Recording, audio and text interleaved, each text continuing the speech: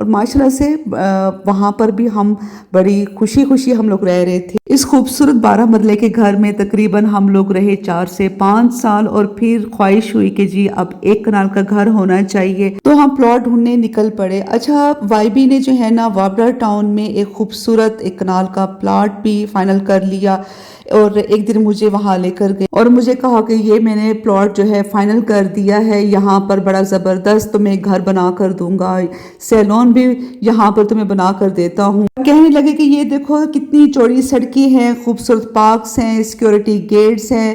لیکن جب میں نے ذرا تسلی سے دیکھا نا تو سچی بتاؤں تو میرا دل بھر گیا. وہ اس لیے کہ نہ وہاں پر کوئی چلتا پھرتا بازار تھا, نہ دکانوں کا ہلچل, نہ صبح شام کی وہ رونق, اور مارکیٹس بھی دور دور تک تھی کیونکہ میرے پیرنٹس کا گھر بھی بڑی رونق والی جگہ پر, وہاں پر بھی ارد گرد جناب آپ کے ہمسائے ہیں. اچھا کوئی چیز لینی ہے تازہ وہ آپ کو بڑے آرام سے مل جانی. اور اس کے بعد پھر جب میری شادی ہو کر میں اپنے سسرال آئی تو وہ بھی بالکل مین بازار میں, کیونکہ گلگشت کا جو ایریا ہے وہ بہت ہی کمرشل ایریا سبھی جانتے ہیں. گھر سے نکلیں اور ساتھ ہی امام بارگاہ مسجد. اور ویورز یہ جو آپ یہ والا گیٹ دیکھ رہے ہیں جہاں پر یہ بڑا درخت لگا ہوا ہے, یہ ہمارا پہلے گھر ہوتا تھا, میرا ان لاز ہوتا تھا یہ والا, اور اب یہ ہے ہمارا گھر جاگیر علی اکبر. تو اب آپ کو میں لے کے چلتی ہوں مارکیٹ اور دکھاتی ہوں کہ کتنی نزدیک ہے یہاں پہ مارکیٹ. جب میں نے وہ پلاٹ دیکھا وابڈا ٹاؤن میں تو میں ذرا چپ رہی, تو وائی بھی سمجھ گئے, کہتے کہ نا کیا مسئلہ ہے, تمہیں یہ پلاٹ پسند نہیں ہے؟ میں کہا نہیں پسند آیا, بہت خوبصورت ہے. میں نے کہا کہ آپ کے ابو کے گھر سے جو 1 کنال کا شیر والا آپ کا پلاٹ ہے اس پر کیوں نہ ہم گھر بنا لیں. اور یوں ہم نے جناب فیصلہ کیا اور وابڈا ٹاؤن کی جگہ پر ہم نے اپنا گلگشت حیدریہ روڈ پر گھر بنایا. کیونکہ بھائی مجھے تو چاہیے ہر چیز فریش, جیسے سبزی ہے, فروٹس ہیں, چکن, مٹن, بیف, بہت بڑی مارکیٹ ہے, یہ سارا ہی کمرشل ایریا ہے. اور گھر کے بالکل ہی 2 منٹ کے فاصلے پر مبین مارکیٹ ہے جہاں پر آپ کو صبح 5 بجے سے لے کر اور دوپہر کے 2-3 بجے تک چنے ملتے ہیں, گرم تازہ, بالکل تازہ کلچے, نان, ہر چیز آپ کو تازہ ملے گی. گھر کی چھت پہ میں نے آپ کو کھڑے ہو کر دکھایا نا حیدریہ مسجد امام بارگاہ کتنا قریب ہے. اور خیر سے کوئی بھی عزاداری ہوتی ہے اسپیشلی محرم, سفر, ماہ رمضان میں, اور محفل عزا ہے جیسے کہ اذان, نوحہ, مرثیہ, مجالس, سب کچھ صاف اتنا سنائی دیتا ہے اور اپنے آپ پر اتنا فخر محسوس ہوتا ہے کہ ہم اتنی خوبصورت جگہ رہ رہی ہیں. ہمیں ایسے لگتا ہے کہ یہ سکون اور روحانی خوشی کوئی اور جگہ نہیں دے سکتی تھی. اور دوسری جو بڑی وجہ تھی مارکیٹ کا قریب ہونا, کیونکہ یہ سارا کمرشل ایریا ہے, یہاں پر آپ کو کھانے پینے کی چیزیں, آپ نے شاپنگ کرنی ہے, بس آپ یقین کریں کہ ایسے 5 منٹ لگتے ہیں اور آپ مارکیٹ پہنچ جاتے ہیں. میڈیکل سٹورز یہاں پر بے تحاشا ہیں, خدا نہ خواستہ اللہ نہ کرے اگر کوئی ایمرجنسی ہو گئی ہے تو سٹی ہاسپٹل تقریباً 10 سے 12 منٹ لگتے ہیں جانے میں. اب تو یہ گلگشت کا ایریا اتنا کمرشل ہو چکا ہے کہ آپ یہ دیکھیں کہ کینٹ تو ہمارا جانا اتنا ہوتا ہی نہیں ہے. گردیزی مارکیٹ یہاں پر بالکل نزدیک ہے, اور اس کے بعد بینکس ہیں, اور بھی جیسے کے مارٹ ہو گیا, چیزب, سب یہ یہاں پر نزدیک ہیں. بلکہ میں آپ کو بتاؤں کہ جو کینٹ کے لوگ ہیں اور جس طرح سے جو بوچ ماڈل ٹاؤن یا وابڈا ٹاؤن وغیرہ جو لوگ رہتے ہیں وہ یہیں پر آ کر تو شاپنگ کرتی ہیں. اس لیے تو بھائی میں آپ لوگوں کو آئے دن جو ہے نا برینڈ روڈ پر لے جاتی ہوں اور وہاں کی آپ کو رونق دکھاتی ہوں. یہ جو آپ ساری جگہ دیکھ رہے ہیں یہ ہے جلال چوک, اور یہ غوری تکہ تو ملتان کا بہت ہی مشہور یہ فوڈ پوائنٹ ہے. اور اس کے بعد یہ رشید کولڈ کارنر, یہ بھی جب میری شادی ہوئی تھی تو بھائی یہ دونوں جگہیں تو تھی, ایک تو غوری بھی اور اس کے بعد رشید کولڈ کارنر بھی. پھر جناب آپ نے لیسز لینی ہے, آپ نے شوز لینے ہیں, اس کے بعد کوئی آپ نے لوز فیبرک لینا ہے ریشمی میں چاہے وہ لون میں, تو یہاں پر ایک بڑی مارکیٹ ہے. یہ جو اب آپ دیکھ رہے ہیں نا یہ ملتان کی بہت ہی فیمس گردیزی مارکیٹ ہے. یہ تو مارکیٹ بھائی ہم نے خود جیسے کہتے ہیں نا کہ پھلتے پھولتے ہوئے دیکھا ہے. بہت زیادہ رش ہو گئے یہاں پر. پہلے بھی رش تھا لیکن اب تو بے انتہا کا رش ہو گیا ہے. اس جگہ پر کافی سارے گرلز ہاسٹلز بھی بنے ہوئے ہیں. اور پہلے میں آپ کو بتاؤں کہ بہت شروع کی میں بات بتا رہی ہوں کہ جب میری شادی ہوئی تھی اور میں نے فرسٹ ٹائم جب یہ گردیزی مارکیٹ دیکھی تو یہاں پر جو ہے نا موسٹلی چھاپے والے بیٹھتے تھے. جس طرح سے کڑھائی وغیرہ کی جاتی ہے اور اس سے پہلے کپڑے کے اوپر چھاپا لگایا جاتا ہے تو یہاں پر وہ کافی سارے بیٹھتے تھے. ٹیلرز بہت زیادہ تھے. لیکن وقت کے ساتھ ساتھ گردیزی مارکیٹ بھی چینج ہو گئی اور یہ بھی ماڈرن ہو گئی. گردیزی مارکیٹ میں بھی بہت سارے سیلونز ہیں. اب گردیزی مارکیٹ سے ہوتے ہوئے میں آپ کو لے کر جا رہی ہوں برینڈ روڈ پہ. گردیزی مارکیٹ سے ہوتے ہوئے اب میں آپ کو لے کر جا رہی ہوں برینڈ روڈ. اب آپ یہ دیکھیں کہ برینڈ روڈ میرے گھر سے کتنا نزدیک ہے. اچھا برینڈ روڈ سے پہلے آئے گا گول باغ. اور گول باغ بھی جو ہے نا یہ جب سے میری شادی ہوئی ہے بھئی میں تب سے ہی میں دیکھ رہی ہوں.